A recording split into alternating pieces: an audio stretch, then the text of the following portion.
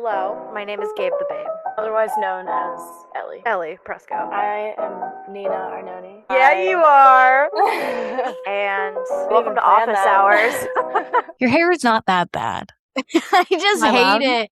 It's like when you have bad hair, you start questioning everything. Like, I know.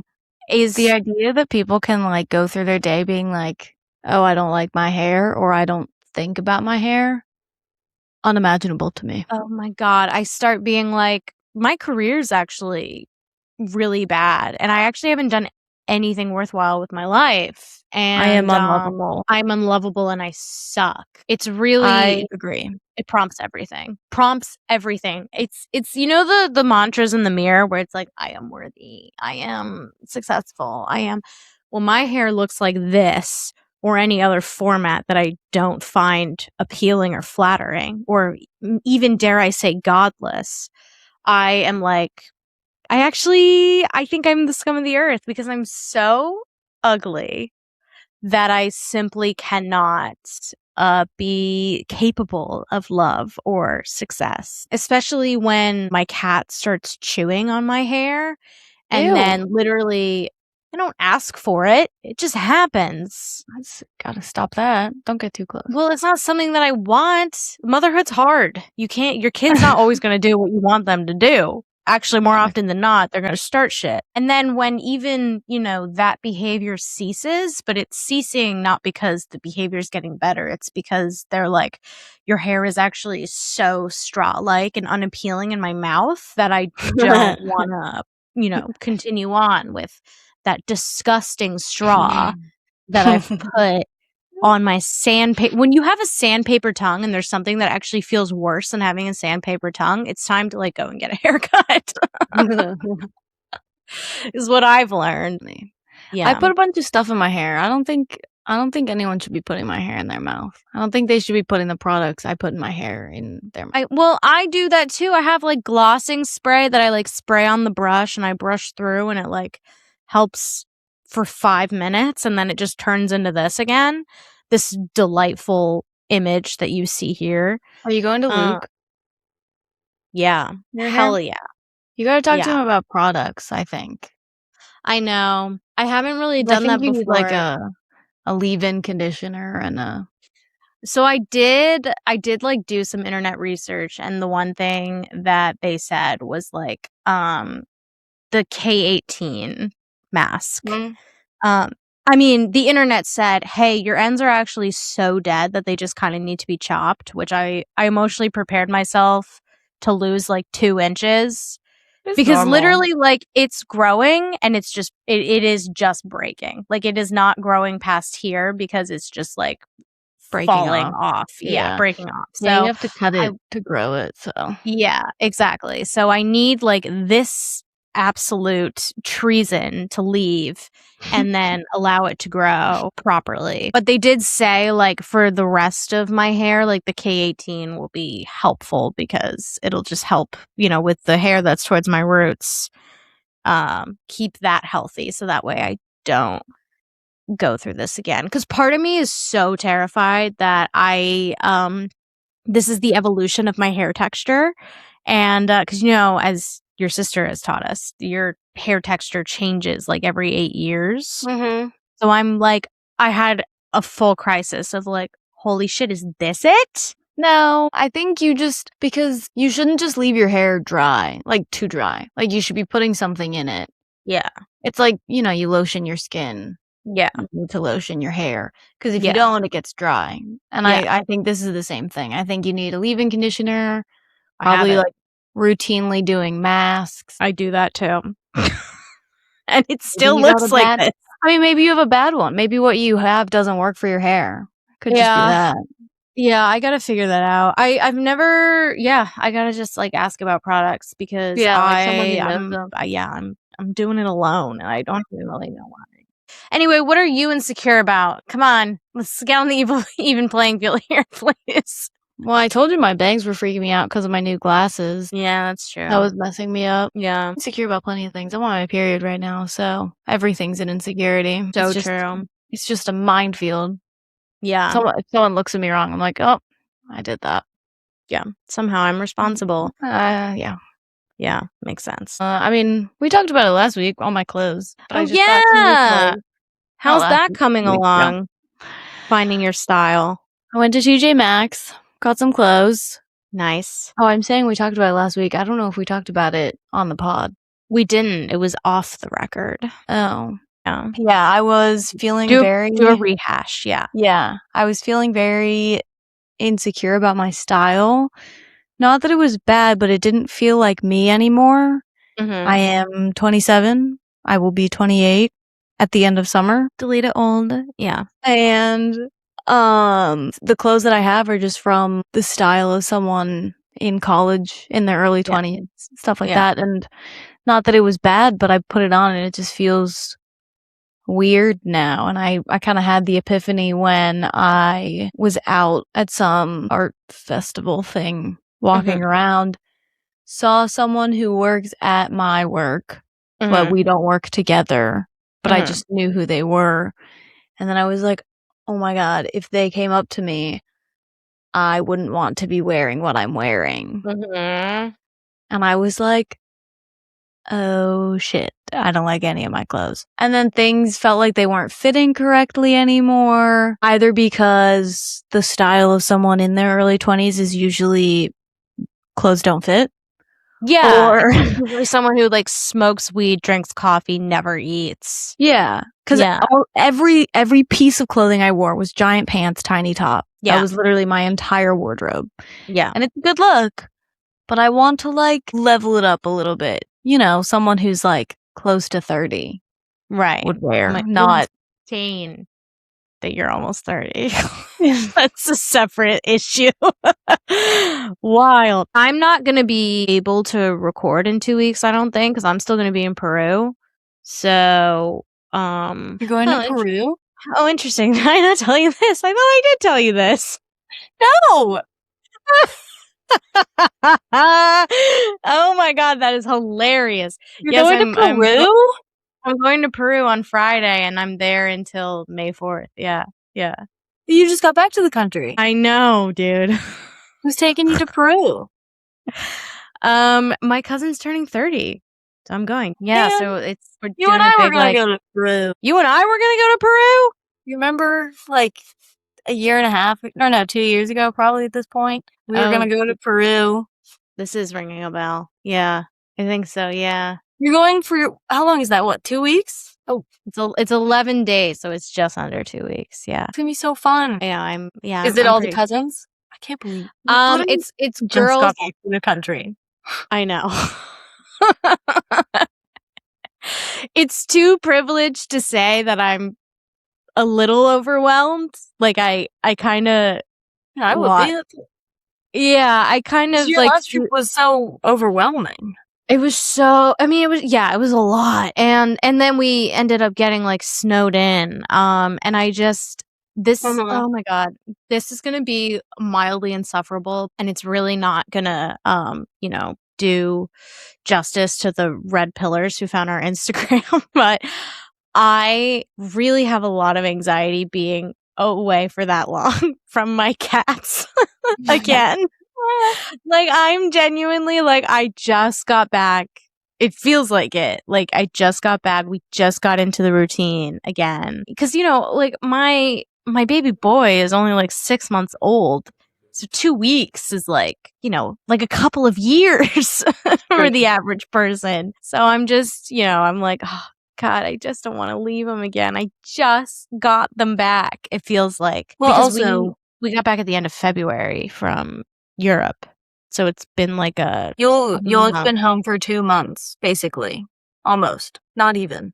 Yeah. Then you leave again. Yeah, I'm going to Peru. And that's why I'm getting my nails done tomorrow, and I'm getting my hair done on Thursday. I always get my hair done the day before I leave for a trip. I got my hair done the day before I went and visited you for your birthday. I got my hair done the day before I left to spend Christmas with my family. It's just, it sets a good precedent when my hair has been looking fabulous for less than 24 hours. Excuse me. I burped in my anticipation for this welcome change. You got your hair done right before graduation? Yes. Yes, I do. It's not always good. So, well, I think, with every mistake, there are lessons. And there's a chronicle to this. When I went with you to visit your family in Pittsburgh, I said to Jessie, your sister, hair sorceress, I said, Jessie, I want to be purple. And this was one of the crazy colors that she actually was like, I think that would actually be really fun. And you haven't destroyed your hair in like a couple of months. So I think I can make it work. It was one of my lesser offensive requests, I think. True. And we did it and I loved it. It was this very, very pretty, like classic purple, I'd say. Like the purple crayon, but tasteful and stylish. Yes, it was lovely. So I really loved that. And I think while I had the purple hair, I got accepted in Emerson for grad school, which their school colors are purple. And I was like, oh, kismet. Universal gift signs tarot. So then naturally it faded because months had gone by. And I said to I'm laughing because I see your face and we both know what the result was. It faded, and it faded quite a bit because it's a fantasy color and fantasy colors notoriously wash out super fast. And I, said to myself, I want a refresher. I want my hair to be refreshed for graduation. I want it to be purple. For the big day. Yeah, for the big day. I think it'd be really fun. But our school was on Long Island. I'm like, I don't know any salons. It's not safe to leave our campus. So why would I venture out looking for trouble? So what does our campus have? A hair salon. Who would have thought? Right. Who would have thought that it would have a hair salon? And I got my hair cut there before, and I actually really liked it. I cut. Yeah, I wasn't asking for much. I think it was like a trim and like curtain bangs, and then they did it. And so I was like, okay, yeah, I think now that one experience went well, I can ask for an extremely long and taxing thing from the school hair salon. So I went in and I felt like it was, don't think this is my fault. I had pictures and I had words. And I said, this is what my hair looked like when it first got dyed purple. I really like it.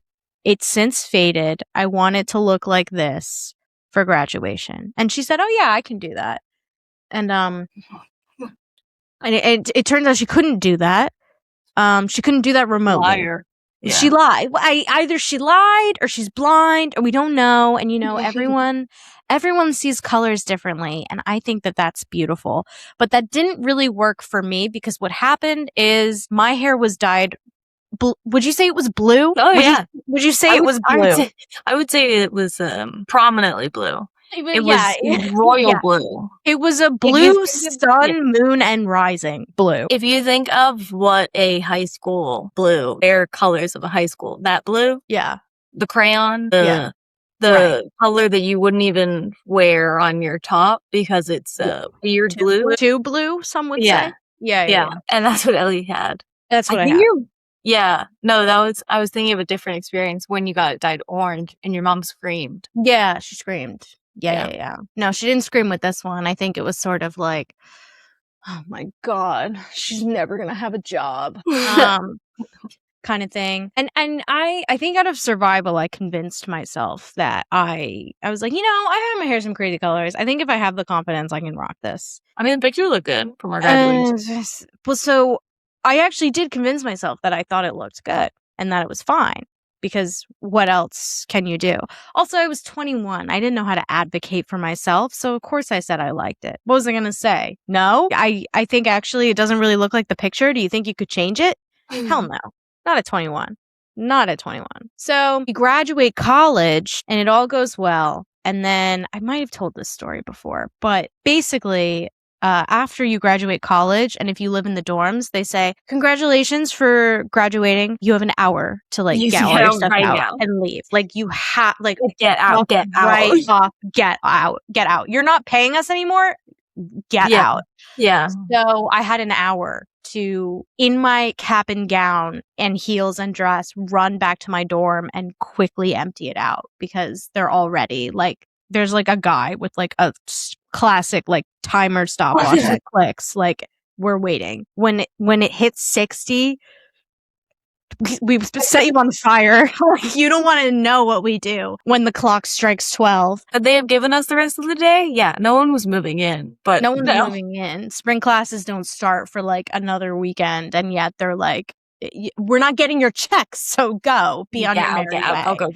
Out. We can't get any more debt from you. Out. Evicted. So I'm running. And mind you, actually, with these heels with no platforms, and I'm hauling ass to get from one side of campus to the other to move all my stuff. I will wake up the next morning with the inside of my hips bruised because of just fighting gravity on these stupid stilettos, trying to run and get all my shit out of the dorm and into my parents' car. And I run into the building, and I like take off my cap because I'm like, I have to move. I literally have to move. I have to physically move and home move. Someone comes out of the elevator and looks at me and goes, "Oh, congratulations. Like, you're done." I was like, "Yeah, thank you so much." And then they go, "I love that you dyed your hair to match your cap and gown." And I obviously didn't do that. That was not a choice. That was not purposeful. That was not intentional in any way. And it was so hurtful. But you know, like, where like they mean it sincerely as a compliment, even though it's like the most just ego blaster. So I said, "Thank you so much. I know. I thought it'd be fun." Tears streaming down my face as I'm saying it, but I'm smiling. So, you know, I'm like, just look at my mouth. Look at my mouth only. It's like Pearl, Mia Goth, where she's just like, just doing her best to hold on to her sanity. And that's when I knew, you know, maybe this was a bad color.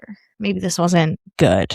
Yeah, like, maybe I should do this for the rest of time. Every time I have something big happening, I should do my hair the day before. Yes. And now that I pick colors that I know look good, it's been a rousing success. But I think it's more about the salon. And definitely picking a salon that actually you know for a fact does a good job. Yeah. Like, that's key. And again, I'm not here to make presumptions about anyone or anything. But if I were to give you maybe some advice from what I've learned, the batting average of an on-campus salon giving you the fantasy color results you want, you can take that risk or maybe look elsewhere. It's up to you. I'm not here to say anything. That's why I have a podcast. Don't do it when you're going to have pictures that will be kept forever. So true. Definitely don't do it then either. So yeah, so the next time we record, you will see the new hair result and hopefully it will look okay, because what are mistakes? Learning experiences, and mistakes don't make themselves. It's a lyric from a song I was listening to, and I was like, wow, that feels really telling for my life. Mistakes don't make themselves. Yes, they don't. That's so true, and also so dumb. Well, you know, I think it's so dumb. It resonates with when you might feel like you are a mistake factory as of late. When you are the Amazon warehouse of wrongdoing, it doesn't feel like a stupid line. It kind of feels like, oh, maybe I'll get this tattooed across my back just to let people know. That makes zero sense. That's a garbage line. That makes no sense. A better line, like when you say you're doing something for the plot, right? That's a good one. Yeah. At least I got a story. Someone's got to keep it going. Those are good. True. Right. Am I doing it for the plot? Are you doing it for the plot when you are the plot? Like, what if you're the adversary? Like, you know how you're like, how that classic line of like, you'll always be the enemy in someone's story. As of late, I've kind of been like, I'm the enemy in my own. That's the someone. The someone is me, and the enemy is also me. Now I feel like Nick Miller. The enemy is the inner me. The enemy is the inner me. That's been my week as of late. I always thought that for the plot was like, you know, your life's like a sitcom or like one of those 90s high school dramas. So yeah. And you're just doing things and you're like, oh God, that's a mistake. That's another mistake. But boy, do I want to keep watching this show. True. That's what I thought it was. Yeah. Mistakes don't make themselves true. That's how things function. Empirical things don't move on their own. It's true. They need a catalyst. Yeah. Words don't speak themselves. True. It's a really, really good point, actually. I feel like we're at a standstill conversation-wise because you're so angry about this lyric. I can feel you fixating on how much you hate it. You brought it up like you were like, yeah, I get it. I'm so angry about it. It's the dumbest thing anyone's ever said. You know, and the worst part is that I know that they said it in the song, and they were like, profound. This is so good of me. Poetry. I'm a poetic genius. I also really like this artist, so I feel kind of bad we're bashing her lyric, but I'm sure it works in the song. it does. It's fun. It's good if you don't think about it too hard. Yeah, no, and like, and that's my problem. Yeah, approach the lyric to when I had my hair dyed blue. That's the same mentality you should have. Just not too much reading into it. Yeah. Because then when you do that, you think I look like Hunter Schafer. And then we're just in a very happy bubble of only telling lies. I'm excited for your new hair. I'm excited for Peru. I hope you have the best time. Thanks so much. I think it'll be great. Yeah. That's for the plot. That is for the plot. Me going closer to the equator is definitely for the plot. Oh, it's going to be hot. What are you doing? Well, where we're going to be in Peru is very high altitude, so it's actually going to be quite cold. However, that inspired a whole new fear that I have, which is altitude sickness. Have you experienced it before?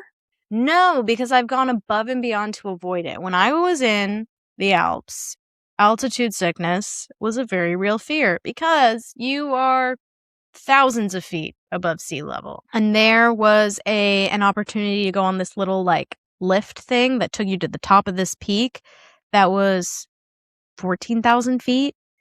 And I said, I'm not doing that because what is altitude sickness? Lightheadedness and nausea. What are my two greatest fears? Lightheadedness and nausea. Because I faint like it's my job. It takes nothing. I just sometimes suddenly I'm like, I feel a little weird and I drop. And then a lot of times when I wake up from fainting, I puke. So it's my two least favorite activities in all the world, just in a little love nest. So I didn't go on the trolley thing. And it was actually met with a lot of protests. People being like, no, it's a once in a lifetime thing. Like, you're gonna love it. Like, you gotta do it. Like, you can't play it safe all the time. And I said, I'm not doing it though. I don't want to do it. It doesn't sound like I'm going to enjoy myself. And then someone was like, tour guide, tell her that she is going to be fine. And the tour guide was like, I can't do that. I don't know her experience. I don't know her like that. What do you mean? And then they were like, well, she's fainting prone, but like, she's not going to faint. Tour guide was like, this is not my field. I can't definitively say. So then the people who went on the little thing up to the top went up there, came back down. They were like, you were right to not go up there.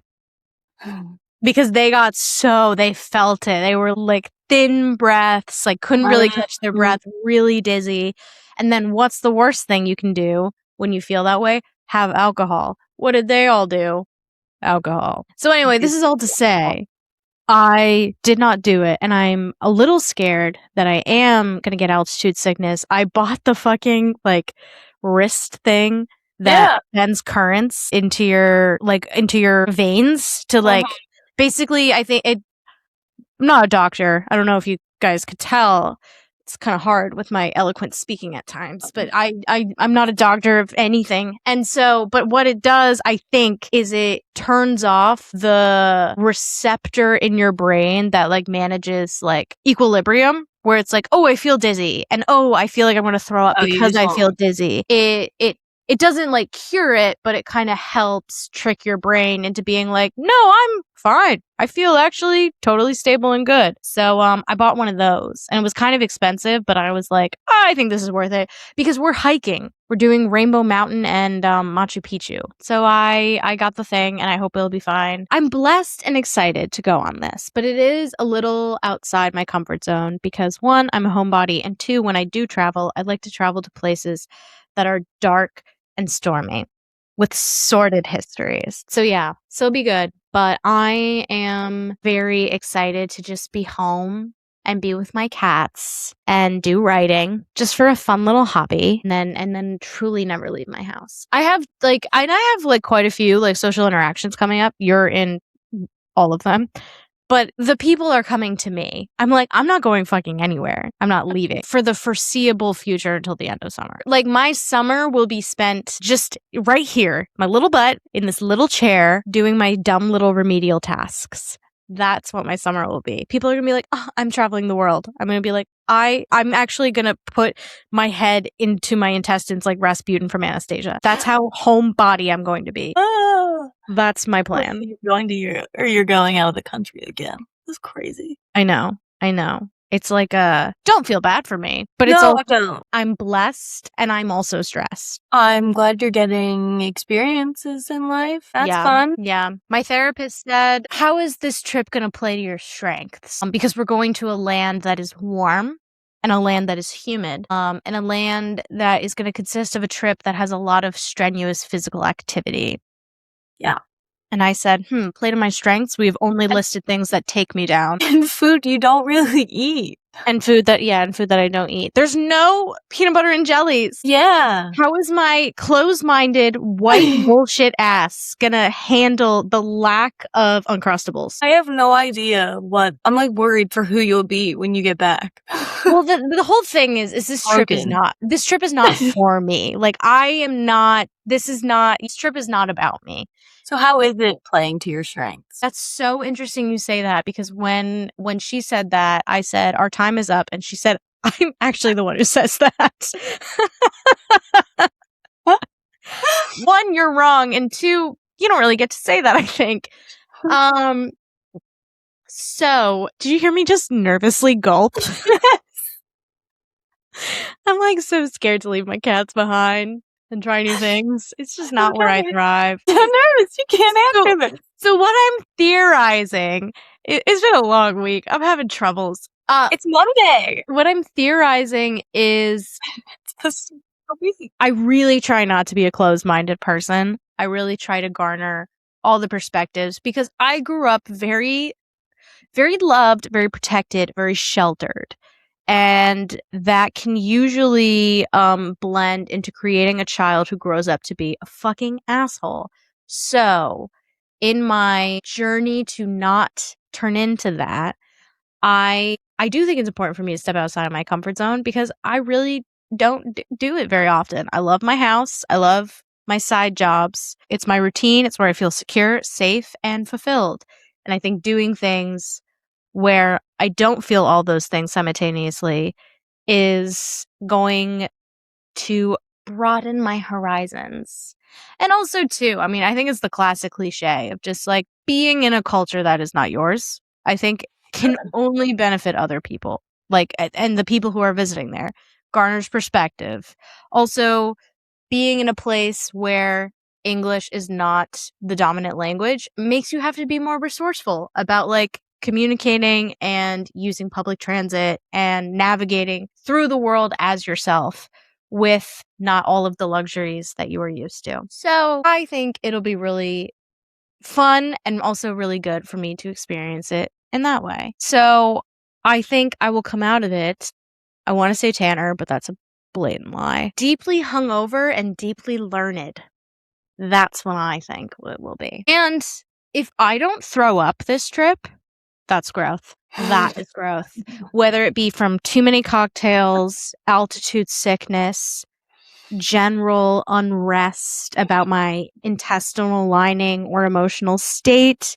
If I come out of this having not puked, tune in next time, listeners, for the update. That'll be a success. Wow. That'll be where I've really been like, you know what? I grew. I'm pushing 30 and I have not barfed yet. Huge W's for Gabe.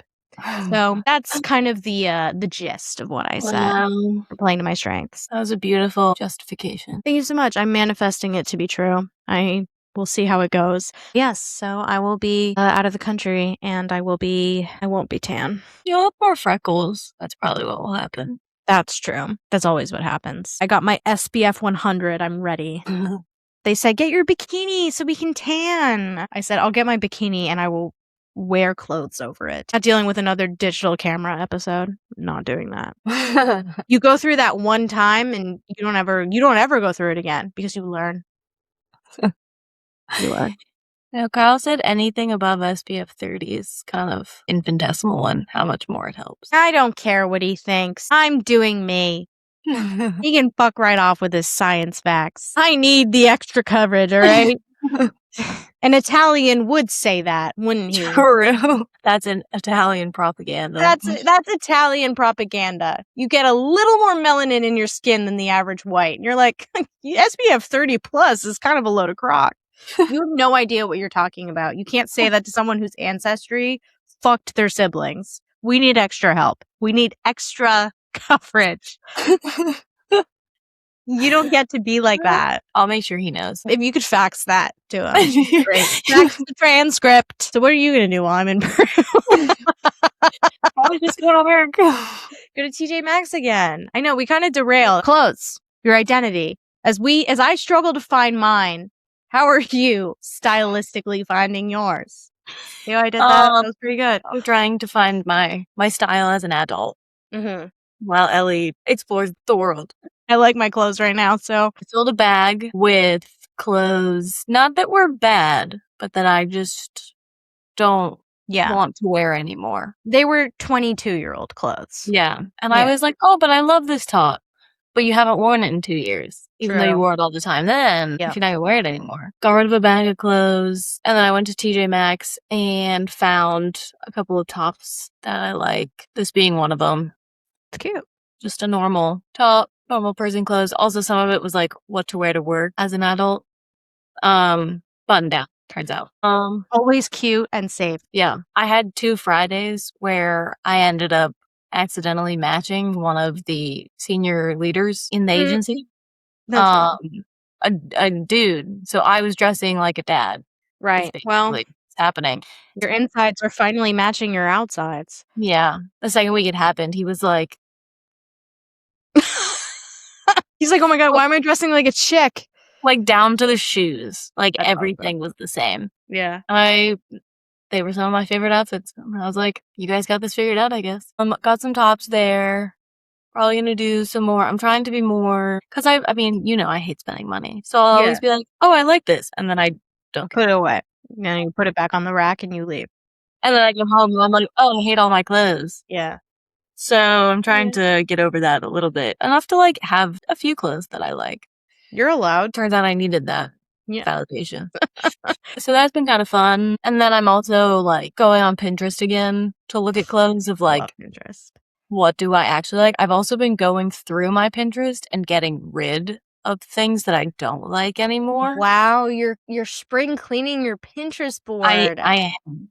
I'm going through and getting rid of all the stuff that I don't like anymore. I've been working on those, which has been fun because then all the things that pop up on my feed are things that I actually like nowadays. Yeah. So that when I go to the store and I'm like, oh, what do I get? What do I wear? I know what I'm looking for.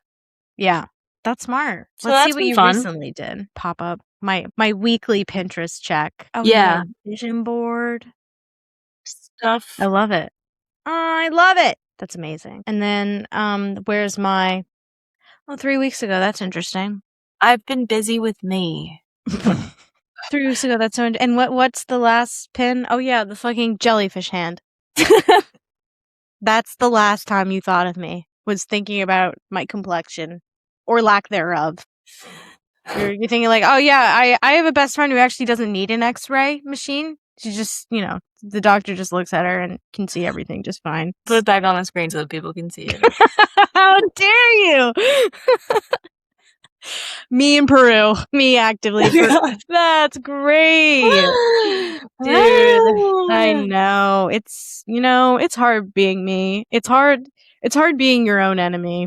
It takes a lot of work. Oh, those are fun pants. Now I'm just like stalking your Pinterest. I like this little outfit. But you would never wear this because the top is fun and colorful and it doesn't match the plaid. Well, that's pajamas, so that's different. But I like those pants. That's fully like something that I would wear out and about and be like, I hate. I slay. Those are like at home pajamas. Oh. You see, my pajamas are also my work attire, so for me it's hard to differentiate between what is an outfit and what is for sleep. I mean, that's also part of it, of what do adults wear when they go out. True. I don't know either. I love that for you. My thing is like, because I go on hikes sometimes. And so my thing is like, what is functional to wear on the hike, but like that looks cute. I've been working on that as well, because I had no pants for hikes. Well, you I was just like, wear leggings. So my leggings don't fit anymore. I see. That was something I learned, because I was like, I'm pulling these up a lot. Is it because they're falling down? Right. It was. Yeah. So that was another thing I got at TJ Maxx was new leggings. Because the only other ones I had were yoga pants. And you probably shouldn't wear yoga pants to hike. Ticks. Yeah. Yep. That's a good point. So I need to get pants. I'm just trying to... It's like I want clothes that don't feel like a lot of effort, like aren't a lot of effort, but I feel good in. Yeah. And I need to tell everyone I know to stop buying me XL clothes. So Not that I true. don't wear them, I just have enough. So now, and it's also like messing with me because I'm like, I don't even know what size I am. Yeah. Preach. Like, I like the big clothes, like for comfy stuff. Yeah. But then I want to be able to go out in just a t-shirt and it be fine. But the only t-shirts I have are XLs. And I'm like, okay, well, I can't go. That's not like a normal. That's a whole fit. That's like a decision for a style. Yeah. And I just want like a shirt, just like a white shirt. I had to. I don't have one. Yeah, I had to do that from like, because like honestly, from a functional standpoint, because I am so accustomed to wearing men's double XLs that when I would go to the gym and my chiropractor and my gym trainer would both be like, I can't see what your body is doing and if it's doing the right thing because you're wearing a sack over your torso. You look like Dobby.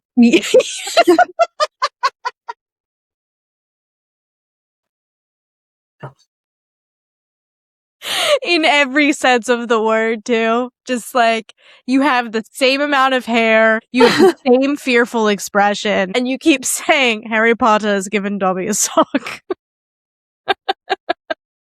Like, you are him. You are him. And the wardrobe is the least of your worries. Insecurities, 100%. You look like Dobby. Holy shit. It hurts because it's true. But I did end up getting like, oh god, like fitted workout tops. So that way, It doesn't have to like suck you in. It just has to be the right size for your body. Yeah. No, are you kidding? My primordial pouch, she can't be tamed. She can't be restricted. She can't. They try, you know? Like, Yitty tried. The shapewear that Lizzo made. Yeah, no, I didn't stand a chance for my insulation, which is fine. But it's also, it's like, it sucks because I'm like, oh my god, I have to buy these form-fitting clothes to like actively be seen. But it's obviously so the professional can actually see what my body is doing to make sure my posture is correct and like my, you know, especially with like working out, it's like tuck the tailbone, like make sure the shoulder blades are back but the shoulders are down. It's like all this woo-woo bullshit that I don't believe in anyway. But yes, that I had to actually buy clothes that like actually fit me because functionally my style wasn't working for you know, my weekly ventures to do things for my health. So yeah. Well, that's good for you. I'm glad you did that. Thanks. I'm still working on it. Yeah, I'm getting there, but it's like a paycheck at a time, you know? for sure. You got to take care of a couple of things before you're like, time to go shopping for clothes. Yeah. I get that. So that's what I've been doing. That's nice. Getting clothes that I like, getting rid of what's just taking up space in my wardrobe. True. Emotional and physical. Had to get rid of some things that you got me in the past. Sorry. Have you been sitting on that for a while? No, it was never going to come up. Oh, yeah, you. of course. Because I probably got them at a time when it worked for you. I would imagine. Yeah, that makes total sense. I don't know why there was part of me when I put it away. I was like, put it in quick. So she doesn't, So she doesn't see? never know. No. Just add more pins on my board and then I won't sense it. Yeah, I've been doing a purge of the old stuff. Yeah. And then I'm going to go through and start doing stuff that I like again. It's been so nice getting rid of stuff. I can't tell. I don't know what it is about it. It feels the same as getting rid of like actual clothes I don't wear. There's something about it where I'm like, go, get out. Get out of here. I know. And then sometimes I look at it and I'm like, did I like that? That's horrifying. Yeah. For me, I can't do it by myself because I will immediately start artificially attaching value to everything. And so I have to have someone with me. So that's why it's like kind of rare when I do it because the person who I live with is at work. But it is nice to have a second person there to be like, what the fuck is that, actually? That's a clothing item? Yeah. That you've never worn it, and thank Christ for that, because what even is that? Put the music on, you get some wine. Just do it. See, I can't, because the one time I did that, I was drinking wine and I got way too drunk and I started crying over all the clothes because I started having memories of the times when I wore the garments. So, like, nothing is safe when I'm by myself drinking wine. Oh my God, that's so funny. So I don't do that. I'm like, it's a sober experience with no music and one person in the room saying, that's ugly. That's hideous. Yeah, but it gets it done. I can't be gentle when I'm purging my closet. It's gotta be, you know, you have this fluffy snowflake liberal shit in every other aspect of your life. Let's actually make progress. Drill sergeant. Yes. Get rid of that thing. Get it out of here. Kill all the dreams. Burn the memories. We don't need them. I'm glad we're working through our problems. Me too. And that's our show. Bye. Bye. I hope you're all working on your problems. Okay, bye.